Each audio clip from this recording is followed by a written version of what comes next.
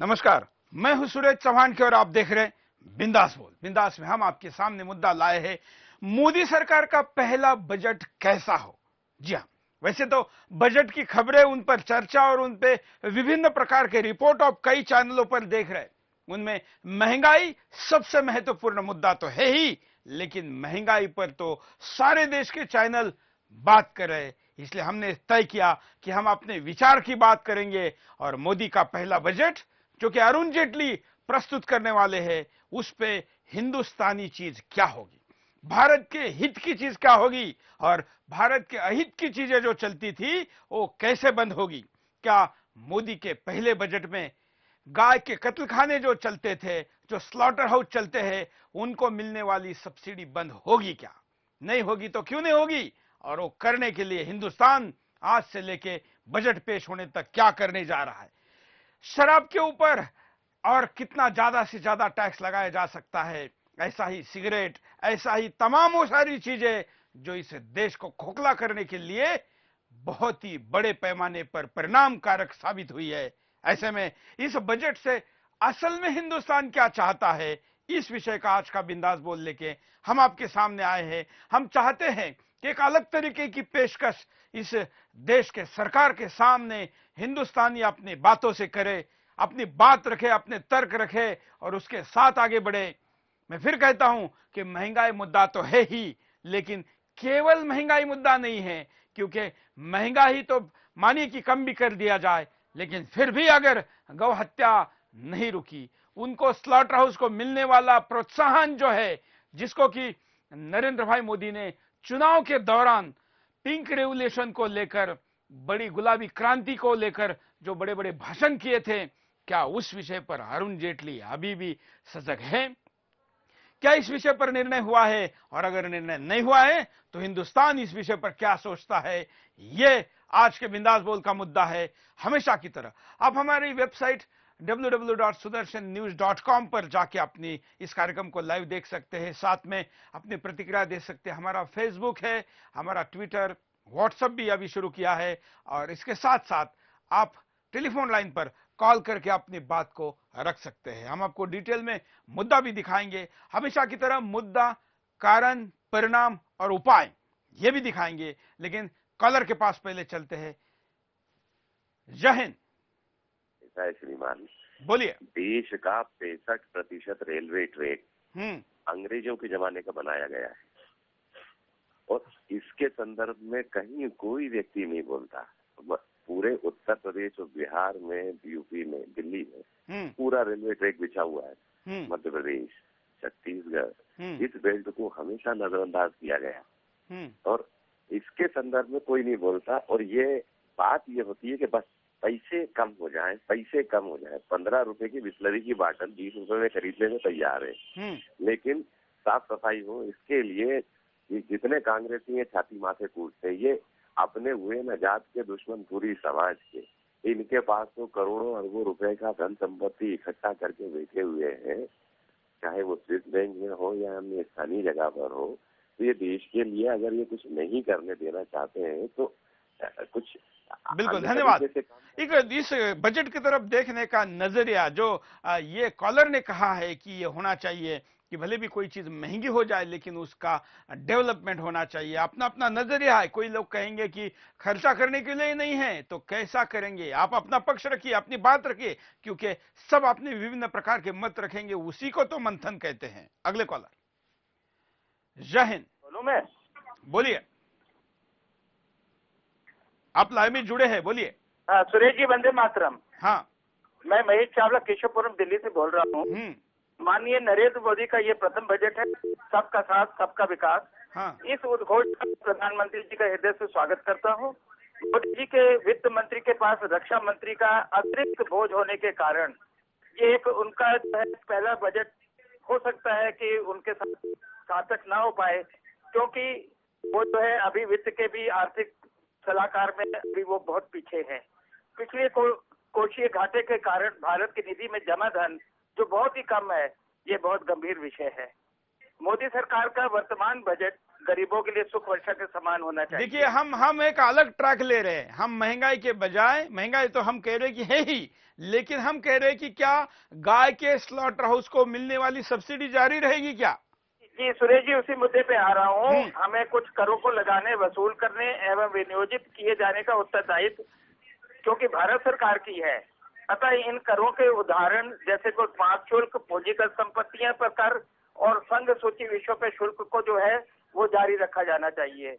समुद्र या वायु से वाहित। चलिए एक कॉलर एक ही मुद्दा बताए, क्योंकि हम सब कॉलर को अपनी बात रखने का मौका देना चाहते हैं। अगले कॉलर के पास चलते हैं। जय हिंद, बोलिए। हाँ सर, मैं विजय साहब बोल रहा हूँ सर। हाँ, मैं ये बोल रहा था, इतने से कांग्रेस वाले ने इतने घोटाले करके बैठा हुआ, इसका कोई माँ बाप नहीं है? बजट पर आपका क्या कहना है? नहीं, इतना जो घोटाले करके बैठा हुआ कांग्रेस वाले ने, जितने खरबों रुपया हमारे देश का खाया हुआ है, इसका कोई माँ बाप है कि नहीं है? नहीं, वो तो कार्रवाई होनी चाहिए, मोदी सरकार ने उसकी जांच करनी चाहिए। लेकिन कॉलर को मैं कहूंगा, धन्यवाद कॉल करने के लिए, कॉलर को कहूंगा कि जिस दिन जो विषय है उसी को प्रायोरिटी दे दे तो ही हम न्याय दे पाएंगे। आज विषय है बजट कैसा हो। अगले कॉलर। जय हिंद, बोलिए। हाँ हेलो सर। हाँ सर, मैं बिलाल बोल रहा हूँ। क्या कहना है आपको? सर, मेरा कहना यह है कि इलेक्शन से पहले बीजेपी ने दिल्ली में आलू और प्याज टमाटर पे पोस्टर लगवाया था। हाँ, कि कांग्रेस ने ये महंगा करवा दिया, वो महंगा करवा दिया, लेकिन ये बीजेपी के सरकार में क्या हो रहा है? हर चीज महंगा हो रहा है। इस पे क्या है? और रेलवे का देखिए। बिल्कुल, धन्यवाद। महंगाई के विषय में बीजेपी ने जो स्टैंड पहले लिया था, आखिर इस बार उसका क्या होगा, यह सवाल पूछना इस देश के जनता का अधिकार है। अगले कॉलर। जय हिंद, बोलिए। हेलो। हाँ सुरेश जी नमस्कार, जय हिंद। अशोक पंचाल, दिल्ली सादरा से। सुरेश जी, बात यह है कि जो रेल का जो बजट निकला है ना, ये 14% के बजाय 1-8% और फालतू हो जाता, कोई बात नहीं थी सवारी के लिए। लेकिन जो ये माल भाड़ा जो बढ़ाया है ना, माल भाड़ा बढ़ाने के बजाय घटाना चाहिए, क्योंकि माल भाड़े से हर चीज महंगी हो जाती है। पेट्रोल, डीजल, सब्जी, सब कुछ, दाल, चीनी, आटा, सब कुछ। और ये माल भाड़ा कम हो जाएगा तो आम लोगों के जो रसोई है ना, उससे कुछ राहत मिलेगी। धन्यवाद। हम जरा डिटेल में मुद्दे पे नजर डालते हैं।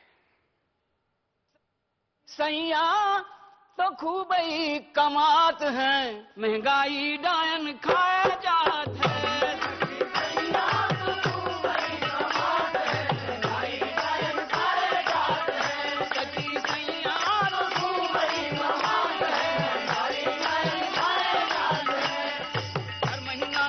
पेट्रोल डीजल का उछला है रोल, शक्कर बाई के कामोल। हर महीना उछले पेट्रोल डीजल का उछला है रोल, शक्कर बाई के कामोल। रूसा बासमती धान मरी जात है, महंगाई डायल खाया जात है। कभी सैया तो खूब ही कमात है, महंगाई डायल खाया जात है। बॉलीवुड फिल्म का ये गीत आज भी आम लोगों की बेहाली साफ बताता है। महंगाई के पीड़ित लोगों ने लोकसभा चुनाव के दौरान यूपीए सरकार को उखाड़ फेंका और भारी बहुमत से मोदी सरकार को गद्दी सौंप दी। अब मोदी जी की बारी है आम जनता की उफान मारती उम्मीदों पर खरा उतरने की। इसी हफ्ते मोदी सरकार को अपना रेल और आम बजट पेश करना है। ऐसे में ये जानना जरूरी है कि मोदी सरकार का बजट कैसा होना चाहिए। नरेंद्र मोदी सरकार को विरासत में खस्ताहाल अर्थव्यवस्था मिली है। इसी का नतीजा है कि आते ही नरेंद्र मोदी को रेल भाड़ा और तेल के दाम बढ़ाने पड़े, जिससे महंगाई और बढ़ गई। ऐसे में अच्छे दिनों का सपना देख रहे लोगों को भारी झटका लगा। विपक्षी पार्टियों ने मोदी सरकार को आड़े हाथों लेना शुरू कर दिया। लेकिन बजट से पहले मोदी सरकार के सामने चुनौती है, कैसे देश की विकास दर फिर से 8% पर लाएं, वित्तीय घाटा कम करना, युवाओं को रोजगार मिले, मैन्युफैक्चरिंग क्षेत्र कैसे बढ़े, देश में नया निवेश कैसे आए और देशी विदेशी निवेशकों का भरोसा कैसे वापस लिया जाए। इसके लिए हो सकता है कि कुछ कड़े फैसले लिए जाएं, लेकिन इनका असर लंबे समय में देश के लिए काफी अच्छा ही होगा। मोदी सरकार पिछले 25 साल में पहली बार गैर कांग्रेसी सरकार है, जो गठबंधन की बैसाखी के बिना मजबूती से खड़ी है। ऐसे में यह ऐतिहासिक मौका भी है मोदी के लिए दुनिया को अपना विजन दिखाने का। मोदी सरकार के बजट को लेकर अर्थव्यवस्था के जानकारों को भी खासी उम्मीद है, लेकिन विरोधी अभी से मीन मेख निकाल रहे हैं। इन्फ्लेशन को रिड्यूस करने वाला बजट होगा, टैक्सेस को रिड्यूस करने वाला बजट होगा, इंफ्रास्ट्रक्चर को प्रमोट करने वाला बजट होगा, इन्वेस्टमेंट साइकिल को प्रमोट करना, साथ ही साथ एग्रीकल्चर और इंडस्ट्री में मैसिव रिफॉर्म्स इस बजट का टारगेट हो सकते हैं। क्योंकि सारी चीज की कीमत तो पहले ही बढ़ चुकी है। अब बजट में ये क्या लेकर आएंगे, अब देखेंगे हम लोग। अभी इनके ऊपर ज्यादा आक्षेप हम नहीं करना चाहते, 1 महीने 1.5 महीने का टाइम इनको और देना चाहते हैं। बजट भी ये प्रस्तुत कर लें, महंगाई कम करें। आलू प्याज को इन्होंने एसेंशियल कमोडिटीज में ले लिया है। जितना भी एसेंशियल कमोडिटीज ये लागू करेंगे, जितना भी ये अपने अधिकारियों को ये ताकतवर बनाएंगे, उतना ही करप्शन और बढ़ेगा, भ्रष्टाचार और बढ़ेगा। अभी इस बात का इनको अंदाजा नहीं है कि जो कदम ये उठा रहे हैं उससे कितना भ्रष्टाचार बढ़ेगा। इसके अलावा भी बजट की क्या प्राथमिकताएं हो सकती हैं, आइए उन पर नजर डालते हैं। स्वदेशी अर्थव्यवस्था पर जोर। मनमोहन सरकार ने पिछले 10 साल में विदेशों के आयात पर खासा जोर दिया, जिससे घरेलू उद्योग और तकनीक पनप नहीं पाए। मोदी सरकार स्वदेशी पर जोर देगी। आरएसएस और प्रधानमंत्री दोनों का मानना है कि हम विदेशों से वही सामान खरीदेंगे जिनकी हमको जरूरत है, बाकी हम अपने देश में विकसित करेंगे। इससे न केवल रोजगार बढ़ेगा बल्कि विदेशी मुद्रा भंडार भी बढ़ेगा। स्वदेशी उत्पादों को बढ़ावा देने के लिए आयात शुल्क बढ़ाने की भी तैयारी है। कालाधन लाने की योजना। लोकसभा चुनाव में कालाधन बड़ा मुद्दा था। बीजेपी के वरिष्ठ नेता आडवाणी हो या बीजेपी के सहयोगी बाबा रामदेव, हमेशा ही काले धन को लेकर खासे मुखर रहे। ऐसे में मोदी सरकार को काले धन को लेकर कोई ठोस पहल करनी होगी। महंगाई घटाने की चुनौती। बजट में ऐसे उपाय दिखाई देने चाहिए जिससे आगे चलकर महंगाई घटने की उम्मीद, लेकिन रसोई गैस, खाने पीने का सामान, पेट्रोलियम पदार्थों की महंगाई रोकना बहुत बड़ी चुनौती है। रोजगार पर जोर। देश के युवाओं ने मोदी सरकार को बड़ी संख्या में वोट दिया है। ऐसे में उनको रोजगार देने वाली नीतियां बजट में दिखनी चाहिए। देश में 45 करोड़ से अधिक कामगारों में से ज्यादातर अकुशल हैं, इसलिए युवाओं के साथ ही उनको भी स्किल डेवलपमेंट का लाभ देने की जरूरत है। मोदी मनरेगा जैसी योजना को भी कौशल विकास से जोड़ना चाहते हैं। बुनियादी ढांचे पर जोर। मनमोहन सरकार के बजट की आलोचना करते हुए पिछली बार नरेंद्र मोदी ने कहा था कि देश में बुनियादी ढांचे के विकास के लिए जरूरी 55 लाख करोड़ रुपए जुटाने की जगह 2013-14 के बजट में महज 50,000 करोड़ रुपए जुटाने का लक्ष्य रखा गया है। ऐसे में मोदी सरकार को बुनियादी ढांचे से जुड़ी बड़ी परियोजनाओं के लिए धन मुहैया कराना ही होगा। कानून में बदलाव। मौजूदा समय में कठोर भूमि अधिग्रहण कानूनों के कारण नए उद्योगों के लिए जमीनें नहीं मिल पा रही हैं। ऐसे में जरूरी है कि कठोर भूमि अधिग्रहण कानूनों में बदलाव किया जाए। बजट में स्वास्थ्य और सार्वजनिक क्षेत्र के बैंकों को बहाल करने की प्रक्रिया भी जरूर शुरू होनी चाहिए। इनकम टैक्स में छूट बढ़े। मध्यम वर्ग को मोदी सरकार से बड़ी उम्मीदें हैं। 80C के तहत इनकम टैक्स में छूट की सीमा 2 लाख रुपए से बढ़ाने की जरूरत है, जिससे इकोनॉमी को भी फायदा हो। सरकार को लोगों को राहत देनी चाहिए और इस बात पर ध्यान दिया जाना चाहिए कि कैसे हाउस होल्ड सेविंग्स बढ़ाई जाए। सरकार टैक्स, FDI और अन्य अहम क्षेत्रों में इस बार बोल्ड फैसले ले सकती है। अमीर किसानों और अन्य वर्गों को भी टैक्स के दायरे में लाया जा सकता है। ऊर्जा क्षेत्र का विकास।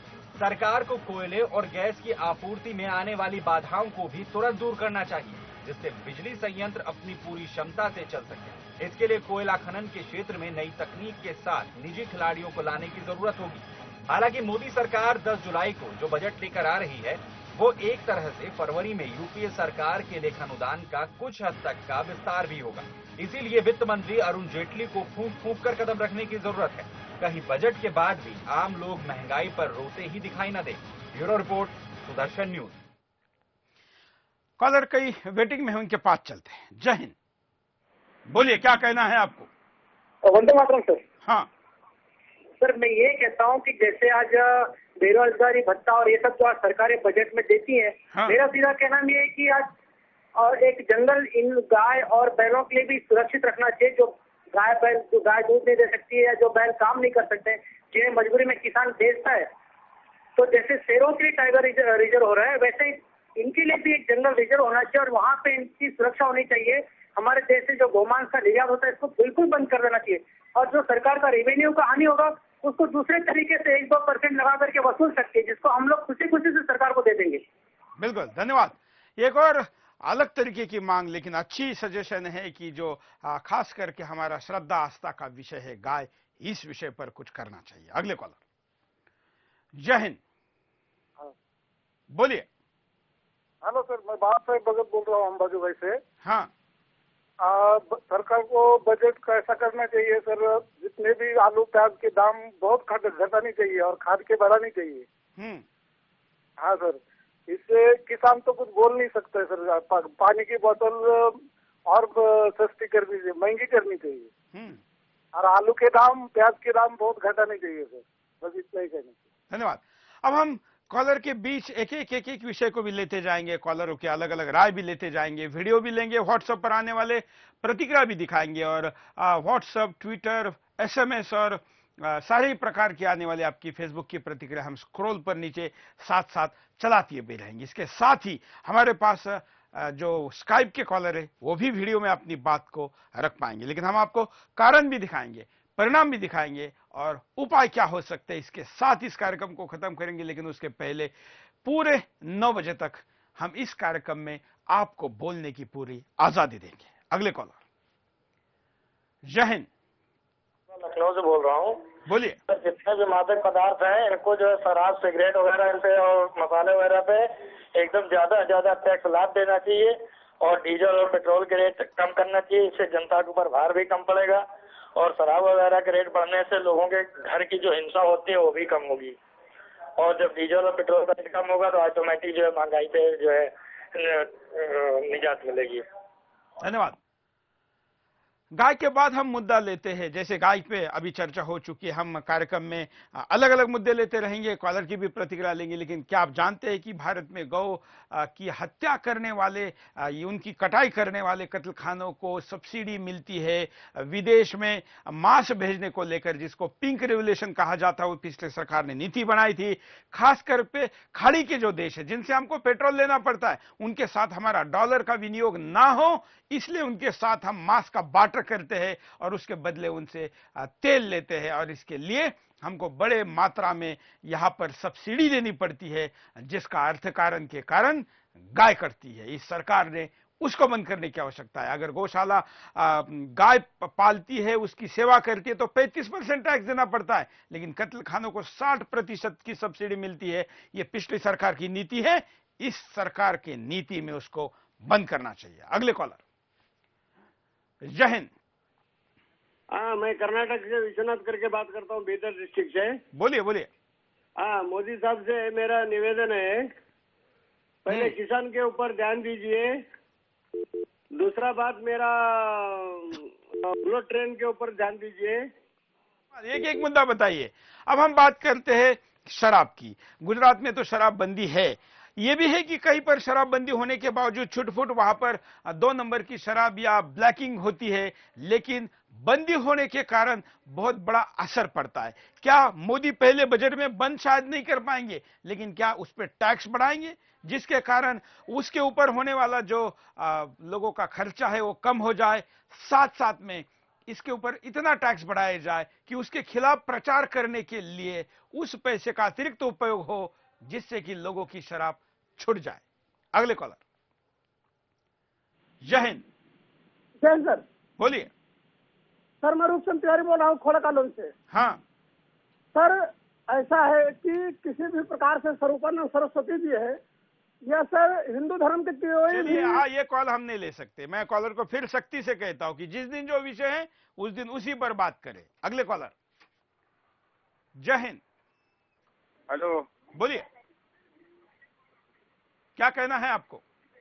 सर मैं लोहे से बोल रहा हूँ, नांदेड़ जिले से। हाँ सर, हमारी ख्वाहिश है कि वो नांदेड़ लातूर एक ट्रेन चालू कीजिए सर। चलिए, धन्यवाद। और भी स्काइप के भी कई कॉलर हमारे साथ जुड़े हैं, कई व्हाट्सएप भी हमारे पास अभी आए, हम उनको भी दिखाएंगे, लेकिन पहले कारणों पर नजर डालते हैं। देखिए।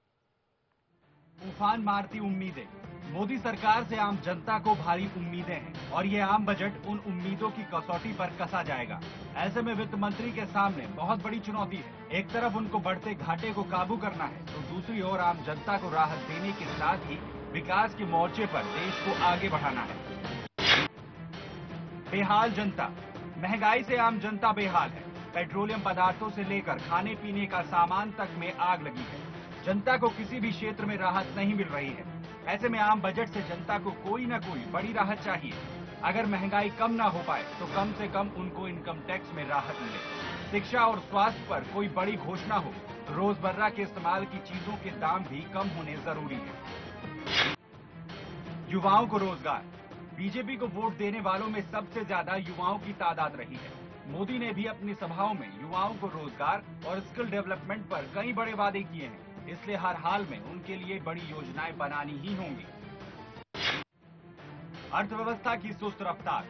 यूपीए सरकार की अनिर्णय की स्थिति के कारण देश की अर्थव्यवस्था बेहद सुस्त रफ्तार से चल रही है। ऐसे में मोदी सरकार को विकास की रफ्तार बढ़ाने की दोहरी चुनौती से पार पाना है। जाहिर है बजट में कुछ कड़े फैसले देखने को जरूर मिलेंगे। भविष्य का भारत। मोदी सरकार को ऐतिहासिक बहुमत मिला है और उनको न केवल मौजूदा चुनौतियों से जूझना है, बल्कि भविष्य के विकसित राष्ट्र की नींव भी मजबूत करनी है। बुलेट ट्रेन जैसी परियोजनाएं ऐसी ही हैं जो भविष्य के भारत को खड़ा करेंगी। व्हाट्सएप पर कुछ संदेश आए हैं, उसको लेते हैं वीडियो संदेश को। जो जरूरत की चीजें हैं वो कम होनी चाहिए। एटलीस्ट कम ना हो तो रेट बढ़े भी ना बजट में, जितना है एटलीस्ट उतना तो रहे, जिससे कि जो गरीब हैं और ज्यादा गरीब ना हो। बजट तो ठीक है। बजट महंगाई थोड़ी बहुत तो बढ़ती है, हर बार आता है बजट तो चेंज होकर के आता ही आता है। मैं नहीं चाहती, कम से कम फैकल्टी में जो है अच्छा एक्सपीरियंस होना चाहिए कम से कम, ताकि बच्चों को जो है वो अच्छा सीखने को मिल सके। अब मोदी की सरकार नहीं है, पहले इलेक्शन से पहले देखो क्या था और अब देखो 40 रुपए किलो प्याज है, 100 रुपए किलो लहसुन है। सब्जी कोई भी ऐसी नहीं है जो 30 रुपए से नीचे हो। कॉलर के पास चलते हैं। जय हिंद। हेलो नमस्कार जी। बोलिए। हेलो नमस्कार जी। बोलिए, क्या कहना है? आपको नमन है। आप ऐसा सुंदर प्रोग्राम चला रहे हैं, इसके लिए बहुत बहुत धन्यवाद। आप इस युग के भामाशाह और शिवाजी हैं। तो मेरा ये कहना है कि बजट में बहुत सारे लोगों को ये चीजें पता नहीं चलती है। कृपया ध्यान से सुनिएगा। मेरे तो मैं बहुत पढ़ा लिखा व्यक्ति हूँ, कम भी नहीं हूँ ज्यादा भी नहीं हूँ। इसमें क्या होता है कि किसानों का डीजल भी 60 रुपए और जो ट्रक में चलाते हैं उनका भी 60 रुपए, जो स्कोडा कार चलाते हैं 6 माइलेज वाली उसकी भी पेट्रोल उतनी ही, जो महीना में 200 लीटर फूकते हैं, और जो बाइक वाला 5 लीटर लेता है बेचारा गरीब, उसका भी सेम रेट। क्या ये उचित है? दूसरा, मैं एक ऑफिसर हूँ और क्या 2 लाख रुपए में कोई व्यक्ति जो जी के दिखा दे वो 12 सिलेंडर में, 12 में भी नहीं होता है साहब। हम माँ बाप को साथ में नहीं होते, मेरे घर में चाय नहीं बनती, बाबा राम जी का फॉलोअर हूँ मैं चाय तक नहीं पीता हूँ, तब मेरे को 1 सिलेंडर लगता है महीने में।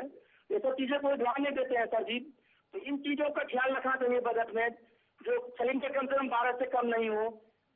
और एक भी ऐसे लोगों को, बड़े बड़े लोग बच जाते हैं हाई नेटवर्थ वाले इसमें आय में रिटर्न भरने में, और बोलते हैं कि सीमा बढ़ा देंगे तो देश का बढ़ जाएगा। ऐसा नहीं हो सकता है। अगर सब लोग करोड़ों वाले करोड़पति लोग तो और ज्यादा। धन्यवाद। अगले कॉलर के पास चलते हैं। जय हिंद। हाँ सर, मेरा एक आपसे निवेदन था। हेलो। बोलिए बोलिए। हाँ, आपसे निवेदन था कि मोदी जी ने चुनाव के पहले बताया था किसानों के हित के लिए हम सेटलमेंट करेंगे। तो मिसल बंदोबस्त जो किसानों के हित में होता है, आज दिन तक पूरे भारत में किसी भी नेता ने नहीं ये बात रखी थी जो इन्होंने चुनाव के पहले रखी थी। ये कब तक होगा सर? बिल्कुल, ये होना चाहिए। और जो बातें कही उसकी अपेक्षा देश ने करना व्यवहारिक या तार्किक भी है। हम यहाँ पर रुकते एक छोटे से ब्रेक के लिए। ब्रेक के बाद दोबारा आएंगे बिंदास मोर्चा।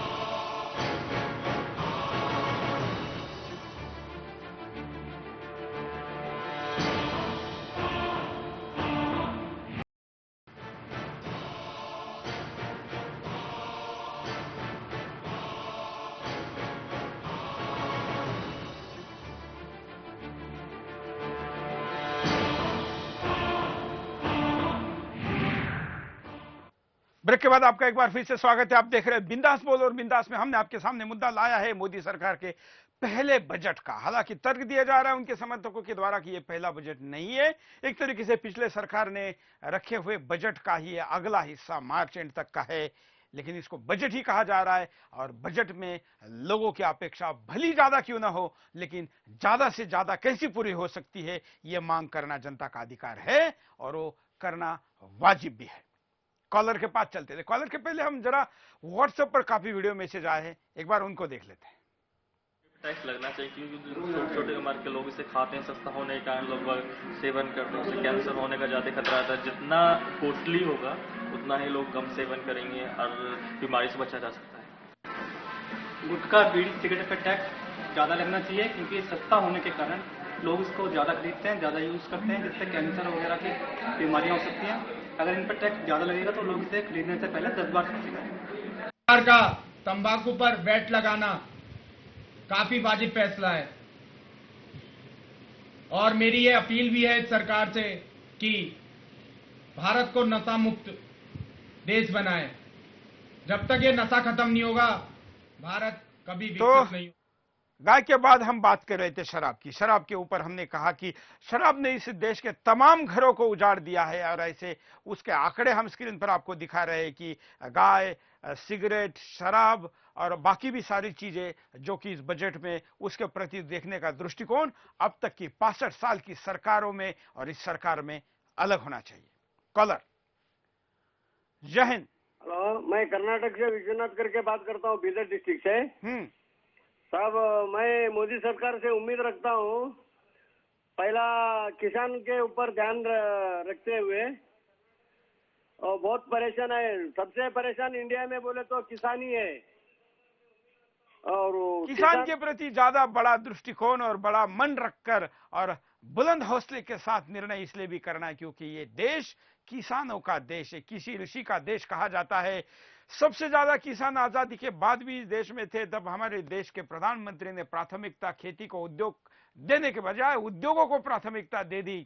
शायद हम उधर कुछ अच्छा कर भी पाए, लेकिन जो सबसे बड़ा क्षेत्र था वो किसान, ये मर गया। ब्रिटिश भी यही चाहते थे कि इस देश के सरकार की पहली सरकार की नीति किसान के प्रति ना होकर उद्योगों के प्रति हो, क्योंकि उन उद्योग लगनों में पश्चिमी देशों का फायदा था। लेकिन भारत का नुकसान हुआ और यही नीति आने वाले तमाम सरकारों ने पिछले 65 सालों में जारी रखी। ये सरकार उस दृष्टिकोण को बदले और इस बजट में किसान भिमुख बजट कैसे हो। सबसे ज्यादा आबादी किसानों के उद्योगों से जुड़ी हुई है, उसके रोजगार से जुड़ी हुई है। अगर किसान समृद्ध होता है, खेती ठीक होती है, तो इस देश का खान पान तो ज्यादा सस्ता होगा ही, उनका जीवन मान भी सुधरेगा और वो सबसे बड़ी संख्या में आबादी ज्यादा खुशहाल होगी। कॉलर, जय हिंद। जय हिंद। बोलिए। जी, मेरा नाम संजय है। मैं जयपुर से हूँ। बोलिए बोलिए। हेलो। हाँ। सर जी, मेरा कहना यह है, चाहे मोदी जी कैसा ही बजट लाएं, लेकिन ऐसा बजट होना चाहिए ताकि हम वर्ल्ड बैंक से या फिर कहीं से भी दूसरे देशों से पैसा नहीं मांगे, हम खुद के पैसों से अपना काम चलाएं। धन्यवाद।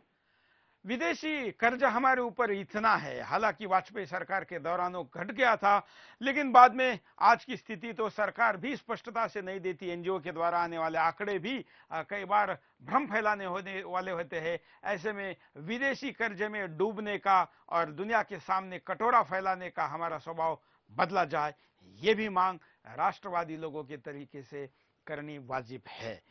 व्हाट्सएप पर जो लोग संदेश भेज रहे हैं, हम उनको कहेंगे, एसएमएस करें, उनको कहेंगे कि अपना नाम जरूर लिखें, जिससे कि हम आपके संदेश के साथ आपका नाम भी लिख सके। आप कहां से हैं, आपके गांव या शहर का लोकेशन भी जरूर लिखें।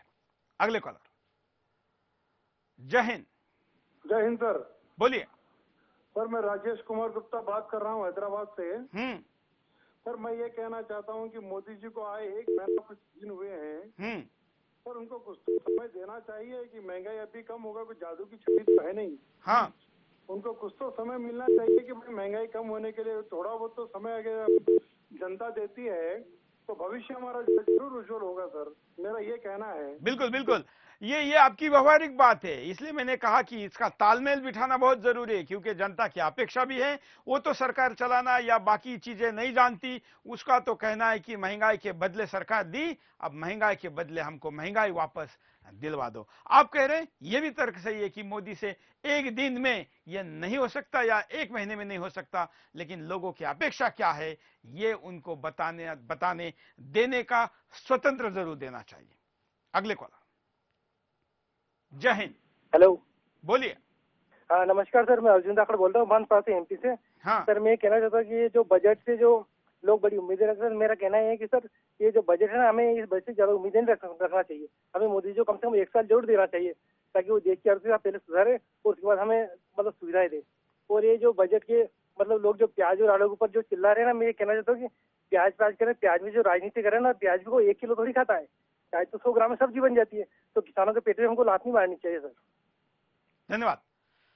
और जो किसानों को डायरेक्ट ग्राहकों तक बेचने की आजादी जिस प्रकार से या बात कही गई है, उसकी व्यवस्था स्वयंसेवी संस्थाओं के द्वारा, आरडब्ल्यू के द्वारा किसानों के घर में जो युवा है वो भी नए नए तरीकों को अपना कर कैसे कर सकते हैं और अपना मार्केट डायरेक्ट कैसे कर सकते हैं, इस पर भी जोर देने की आवश्यकता है। जैसे दूध निकालकर अगर दूध वाला किसान या गाय भैंस पालने वाला, डेयरी चलाने वाला किसान अगर डायरेक्ट दूध लेकर किसान अपने ग्राहकों के घर जा सकता है, तो किसान भी इस विषय में क्या प्रगति कर सकता है, उसका स्ट्रक्चर क्या हो सकता है, इस पे भी चिंतन होने की आवश्यकता है।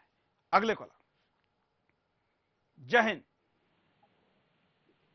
जय हिंद। बोलिए। हाँ जी नमस्कार, मैं अशोक राजपुरोहित अर्थन बाड़मेर से बोल रहा हूँ, राजस्थान से। हाँ जी, मुझे ये बजट में कहना था कि जो मेडिकल लाइन में है ना, जो विदेशी कंपनियां, तो उस कंपनियों के ऊपर पाबंदी लगा कि जो स्वदेशी आंदोलन चल रहा है बाबा रामदेव जी के तहत, भारत स्वाभिमान के तहत, तो उस आंदोलन को तेज करके गौमूत्र वगैरह ऐसे जो स्वदेशी दवा है उनको उपयोग में ले तो अच्छा रहेगा और बजट में ये प्रावधान होना चाहिए। धन्यवाद, बड़ा अच्छा सुझाव है। ये इतना अच्छा सुझाव है कि हमारे देश में बीमारी कम करने के लिए ही दवाई आती है ऐसा नहीं है, बल्कि बीमारी बढ़ाने के लिए भी दवाई भेजी जाती है। एक बीमारी को कम करती है और 100 बीमारियों को बढ़ाती है। ये इतना 125 करोड़ का देश अगर स्वयं पूर्ण नहीं होगा, और स्वयं पूर्णता केवल यहाँ पर मैन्युफैक्चरिंग से ही आएगी, यहाँ पर दवाई खुद बनाने से आएगी, और वो भी केमिकल वाली दवाई बहुत ही जहां जरूरी है, जहां हार्ट हो या जीवन आवश्यक, अति जीवन आवश्यक या जिसको इमरजेंसी की दवाई कही जाए, वो तो दुनिया के किसी भी देश से लानी चाहिए। लेकिन बाकी दवाइयों को, खास करके आयुर्वेदिक और पंचगव्य की दवाइयों को यहीं पर प्रोत्साहन देना चाहिए। इसलिए हमने भी एक सोशल विंग शुरू किया है, सुदर्शन आयुर्वेदा और सुदर्शन पंचगव्य के माध्यम से हम भी इस विषय में काम कर रहे हैं, और इस विषय में आप भी हमारे साथ जुड़कर आगे इस विषय को बढ़ा सकते हैं। ये प्रोफेशन के साथ अच्छा मिशन भी हो सकता है, जो कि आपको पैसा भी देगा और देश का बाहर जाने वाला पैसा भी बचाएगा। अगले कॉलर। जय हिंद। जय हिंद। बोलिए। सर मैं ये कह रहा हूँ, शराब जो बिल्कुल बंद कर देनी चाहिए पूरे इंडिया में, और ये मांस मच्छी ये सब बंद कर देने चाहिए। मैं जयपुर से हलाल से नहीं बोल रहा हूँ। धन्यवाद। मांसाहार, इस विषय पर भी सरकार को सोचने की आवश्यकता है। मांसाहार के विषय में देश में तमाम आंदोलन छोटे मोटे चलते हैं, खास करके आध्यात्मिक क्षेत्र के लोग तो इससे जुड़े हुए हैं ही, लेकिन इस विषय पर फ्रीडम या खाने की आजादी के साथ जोड़कर लोग जो पशु प्राणियों की आजादी छीन लेते हैं, उस पर भी बात होने की आवश्यकता है। और आखिर खाना ही व्यक्ति का स्वभाव बनाता है, तामसी वृत्ति बढ़ाता है, और देश में संशोधनों के साथ ये बात सामने आई है, या उन देशों में संशोधनों के साथ सामने आया है जहां पर मांसाहार का मात्रा बढ़ा है, उन देशों में क्राइम और वहां के मनुष्य के जीवन का स्तर भी गिरा है और क्राइम बढ़ा है। अगले कॉलर। जय हिंद। बोलिए। हेलो, क्या बोलो अभी सवाल? हाँ, आप लाइव में जुड़ चुके हैं।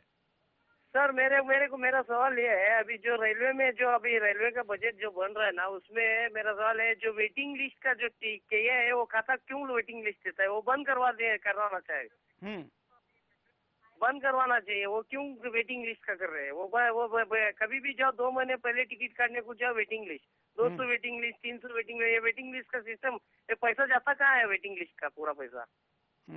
नहीं, वैसे तो वेटिंग लिस्ट का पैसा वापस आता है, आपका टिकट कंफर्म नहीं हुआ तो वापस आता है, लेकिन वेटिंग इसलिए है क्योंकि इंफ्रास्ट्रक्चर कम है और डिमांड ज्यादा है। दुनिया में, भारत में ही ऐसा होता है कि डिमांड ज्यादा, सप्लाई कम है। वो खाने के बारे में हो, दूध के बारे में हो, सफर के बारे में हो, किसी भी चीज के बारे में हो, इसका मतलब है कि जितनी डिमांड है उतनी सप्लाई हम नहीं कर पाए। हम वो स्थिति कब लाएंगे कि जितने प्रवासी प्रवास करना चाहते हैं ट्रेन से, उतनी सीटों की पूरी व्यवस्था हमारे पास हो, वेटिंग लिस्ट 0 हो जाए।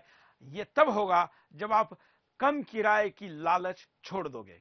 आपको कंट्रीब्यूशन करना पड़ेगा, और यह बात व्यवहारिक स्तर पर समझनी होगी कि आखिर सरकार के पास आने वाला 1 रुपया कहीं ना कहीं पर घूम फिर कर वो हमारे लिए विभिन्न स्तरों पर जो लगाया जाता है, उन लगने में हमारा कंट्रीब्यूशन नहीं रहेगा। यहां से मुंबई जाने के लिए अगर 150 रुपए में आज भी जनरल का टिकट अगर हम चाहते हैं, तो फिर कभी भी वेटिंग लिस्ट खत्म नहीं होगी।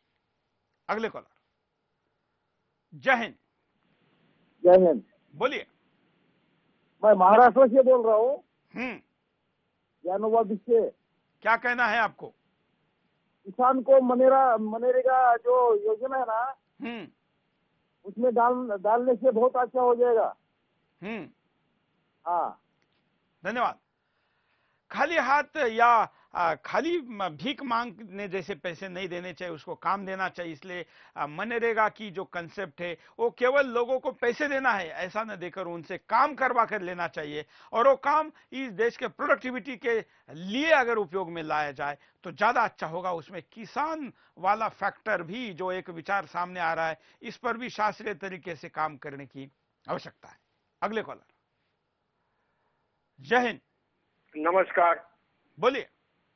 नमस्कार, जय हिंद। हाँ, वो गुजरात से बोलता हूँ। लोकल ट्रेन में जो टाइम टेबल फोन पे पूछते हैं वो बोले अवेलेबल नहीं है, और इधर जो अहमदाबाद डिस्ट्रिक्ट बैंक है उसमें जो कॉन्ट्रैक्ट हुआ था सब कर्मचारियों के साथ, उसमें भी जगहबाजी चलती है और स्टाफ के बच्चों को सर्विस नहीं दिया जाता है। ऐसा क्यों? धन्यवाद। विभिन्न प्रकार की कंप्लेंट्स आ रही है और वो कंप्लेंट सरकार को उसको एड्रेस करना होगा। हम यहां पर रुकते एक छोटे से ब्रेक के लिए। ब्रेक के बाद दोबारा आएंगे बिंदास बोलचाल।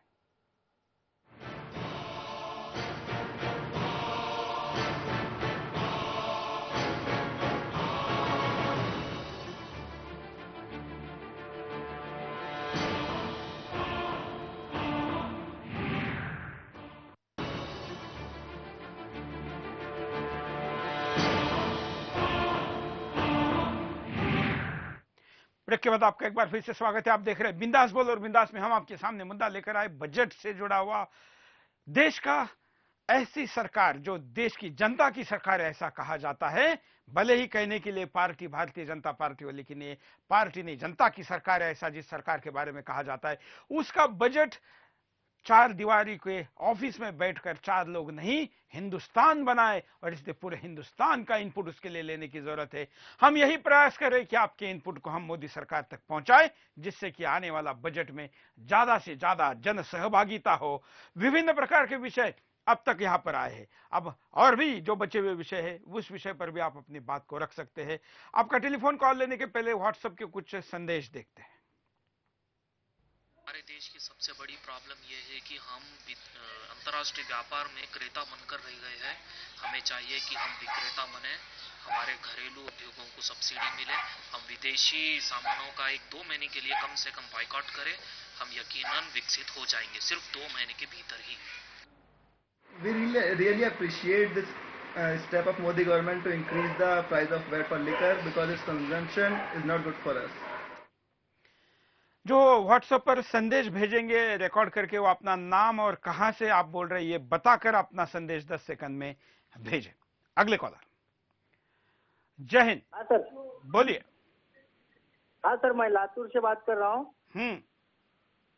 सर, मैं आपको पूछना चाहता हूँ कि मोदी जी साहब ने जो रेल का बजट सादर कर रहे हैं उसमें महाराष्ट्र के जो मराठवाड़ा है उसको कुछ झुकता माप मिलेंगे का क्या?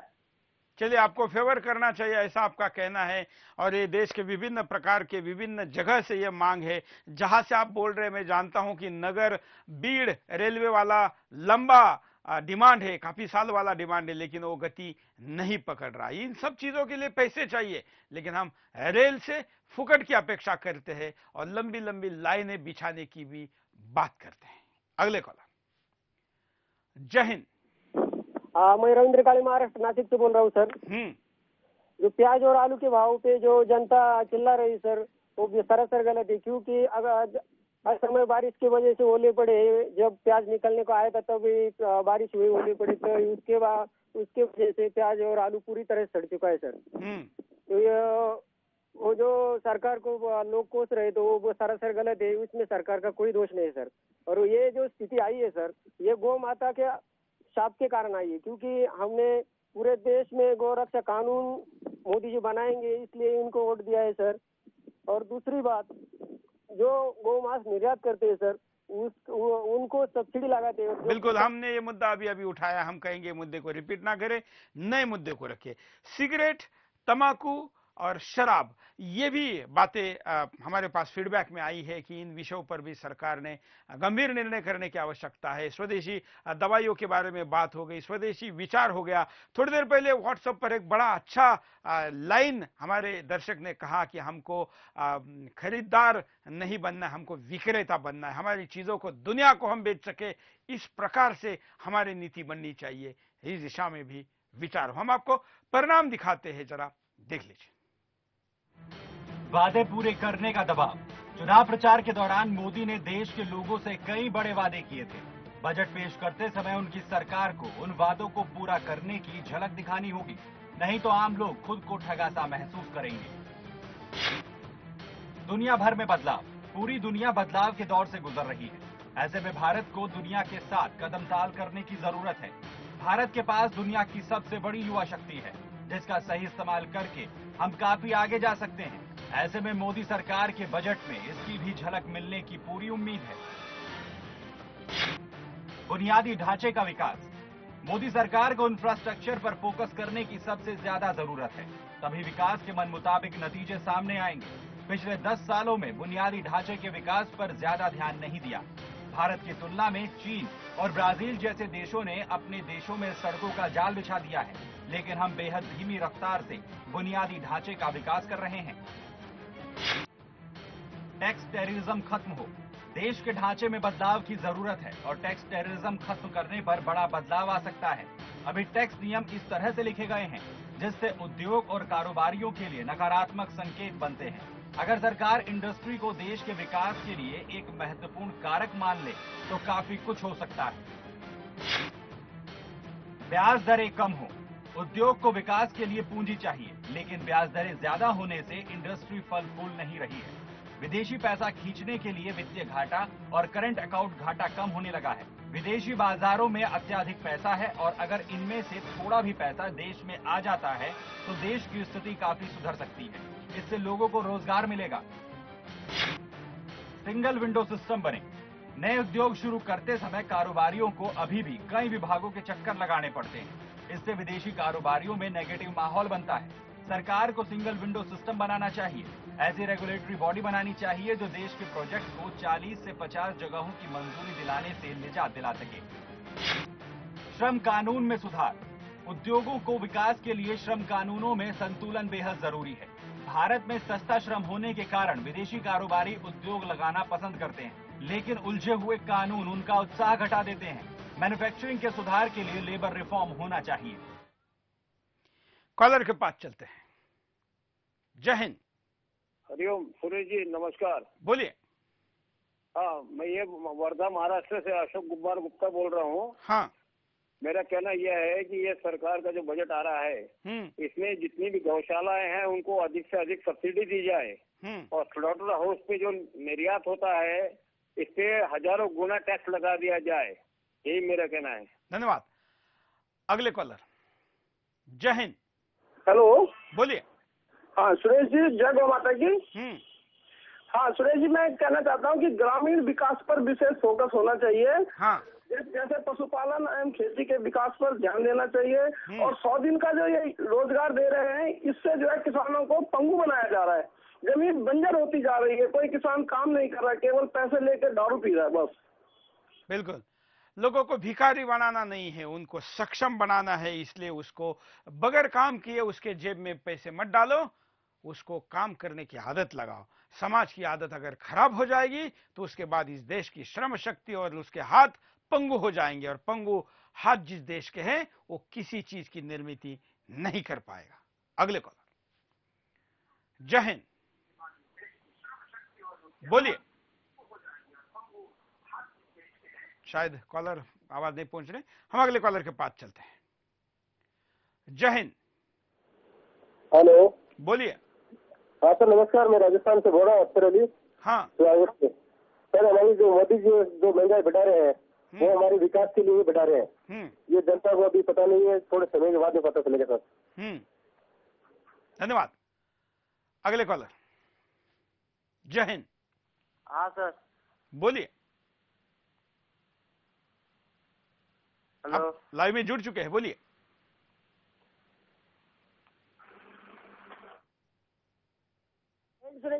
हाँ, मेरे को कह रहा था, हमारे यहाँ इस कोटा के अंदर, हाँ, इस कोटा के अंदर ये बड़े बड़े बगुनों में जो ये मतलब पाड़ा होता है ना, पाड़ा बफेलो, जिसका मांस मिला के और चावल में मिला के बेचते हैं। हर चौराहे पे भगुने भर भर के उस पे लिखा हुआ नहीं रहता कि भाई ये पाड़े का मांस के चावल है, और वहाँ पे हिंदू भी खाते हैं और मुसलमान भी खाते हैं। इसके ऊपर प्रतिबंध लगाना चाहिए, या फिर बैनर बना के और लिख के टाटना चाहिए कि हम यहाँ पे पाड़े के मांस के चावल मिला के बेचते हैं। और यहाँ पे आप उसका मोबाइल से वीडियो बना के हमको भेज दीजिए। जरूर भेजेंगे। धन्यवाद। हम अब सुदर्शन पर रोज रात के बुलेटिन में भी एक सेक्शन चालू करेंगे जिसमें इस देश की जनता एसएमएस के द्वारा, व्हाट्सएप के द्वारा और ईमेल के द्वारा अपनी खबरें भेज सकती है, और हम हिंदुस्तान क्या कहता है, क्या रिपोर्ट देता है, ये भी जल्दी से दिखाना शुरू कर देंगे। अगले कॉलर। जय हिंद। मैं ये कहना चाहता हूँ कि जिस देश को कांग्रेस की पार्टी और लालू यादव जैसे नेताओं ने लूट लिया, उसको ये मोदी साहब 1-2 महीने में कैसे पक्का कर देंगे सही तरीके से? ये लोग क्यों इनके एक एक स्टेप पे इतना बुरी तरीके से आवाज उठाते हैं? आज समाजवादी पार्टी ने 1-2 दिन पहले मुरादाबाद में क्या तमाशा करा है? जब बीजेपी वाले अपना वहाँ पे मीटिंग नहीं कर सकते, खाली यही कहते, मतलब बिल्कुल हमने ये मुद्दा कल उठाया हुआ है। और रही बात जो समय देने की, इसलिए मोदी ने कहा है कि मुझे 60 महीने दीजिए, आपने उनको 65 साल दिए हैं। इसलिए मोदी ने भी ये गलती नहीं की कि हम 1 महीने में और 100 दिन में कुछ करके दिखाएंगे, लेकिन देश की डिमांड तो है ही। अगले कॉलर। जय हिंद। नमस्कार, बोलिए। सर, मैं दिल्ली से बोल रहा हूँ। मेरा नाम राजेंद्र सिंह है। मैं रेलवे से रिटायर हुआ हूँ, सीनियर सिटीजन हूँ। और मेरी रिक्वेस्ट ये है कि जो हम सीनियर सिटीजन हैं, ये हम तो पेंशन में गुजारा भी नहीं कर पा रहे, और ऊपर से टैक्स की रिबेट हमें इतनी कम मिल रही है कि कैसे गुजारा करें। मेरी रिक्वेस्ट ये है कि आप हमारी सीनियर सिटीजन की टैक्स रिबेट बढ़ाइए ताकि हम आराम से गुजारा कर सके। धन्यवाद। अगले कॉलर। जरा फटाफट लेते हैं, टाइम कम है, हम बचे हुए समय में ज्यादा से ज्यादा लोगों को अपनी बात रखने का मौका देते हैं। जय हिंद। बोलिए। हाँ, मेरे को बता रहा है। हाँ सर, मेरा कहना है, अगर ये पेट्रोल डीजल का प्रॉब्लम है तो हर का कोई लिमिट बनाना चाहिए। किसी को भी अगर इनकी जरूरत है, इनके मुताबिक इनकी कुछ लिमिट बनानी चाहिए, लिमिट से ज्यादा नहीं देना चाहिए। तो हमारे देश में जो लोगों को जो तकलीफ होती है और विदेश से जो महंगा पेट्रोल डीजल लाना पड़ता है वो कम हो जाएगा। धन्यवाद। हम जरा उपाय देख लेते हैं कि क्या उपाय हो सकते हैं। देखिए आपके स्क्रीन पे। स्वदेशी पर जोर। देश की अर्थव्यवस्था को रफ्तार देने के लिए मोदी सरकार को स्वदेशी पर भी जोर देने की सख्त जरूरत है। जिन सामानों का उत्पादन अपने ही देश में हो सकता है, उन्हें दूसरे देश से मंगवाने की क्या जरूरत है। मुक्त अर्थव्यवस्था के दौर में भले ही इसे पूरी तरह से लागू करना मुश्किल हो, लेकिन मोदी सरकार ऐसे सामान पर आयात बढ़ाकर घरेलू कारोबारियों को मुकाबले में खड़ा कर सकती है। मिलीजुली अर्थव्यवस्था। पिछली यूपीए सरकार ने पूरी तरह वैश्विक अर्थव्यवस्था पर ही काम किया, लेकिन मोदी सरकार को इसमें संतुलन करना चाहिए। हमारे देश के असमान विकास के कारण रोजगार और गरीबी ज्यादा है। ऐसे में मिलीजुली अर्थव्यवस्था का मॉडल ज्यादा कारगर साबित होगा। सब्सिडी घटाई जाए। यूपीए सरकार ने कई बड़ी बड़ी परियोजनाओं के लिए भारी भरकम सब्सिडी दे रखी है, जिससे विकास के लिए सरकारी खजाना खाली हो गया। ऐसे में मोदी सरकार को संतुलन साधते हुए भ्रष्टाचार की भेंट चढ़ी परियोजनाओं को सब्सिडी घटानी चाहिए। टैक्स कम हो, दायरे बढ़ें। कारोबारियों और आम लोगों पर टैक्स की मार से ही सरकारें अपना खजाना भरना चाहती हैं, लेकिन टैक्स देने वालों की तादाद बेहद कम होती है। इसलिए जरूरी है कि टैक्स कम रखे जाएं, लेकिन उसके दायरे में बड़ी आबादी को शामिल किया जाए। अन्नदाता किसानों का ध्यान। मुक्त अर्थव्यवस्था में बिचौलियों ने जमकर किसानों का शोषण किया, इसलिए किसानों को उनकी उपज का सही मूल्य मिले और उनके खेतों को खाद पानी, ये बेहद जरूरी है। अगर खेती लगातार घाटे का सौदा बनी रही तो किसान शहरों की तरफ पलायन करेंगे, जिससे दोहरी मुसीबत खड़ी हो जाएगी। ये उपाय हो सकते हैं। एक मैसेज देख लेते हैं व्हाट्सएप का। इससे हो सकता है कि सेवन शराब का, दारू, सिगरेट का कम होगा और सरकार इस विषय पर जो फैसला ले चुकी है वो बहुत ही अच्छा है और मैं इसके पूर्ण रूप से फेवर में हूँ। कुल मिला के हमने आपके सामने स्वदेशी बजट और जिसको कोई आरोप लगा सकता है कि भगवा बजट, लेकिन ये इस देश की असली पहचान का बजट आना चाहिए, जिसकी बार बार हमने पूरे घंटे भर चर्चा की। महंगाई को लेकर तो सारे चैनल चर्चा कर रहे, हम भी उसको लेकर गंभीर है, लेकिन जो मुद्दे हमने रखे, हम आशा करते हैं कि ये मोदी के सोच के मुद्दे हैं, हिंदुस्तान के सोच के मुद्दे हैं और हिंदुस्तान के डिमांड के भी मुद्दे हैं। आज के लिए इतना ही। जय हिंद।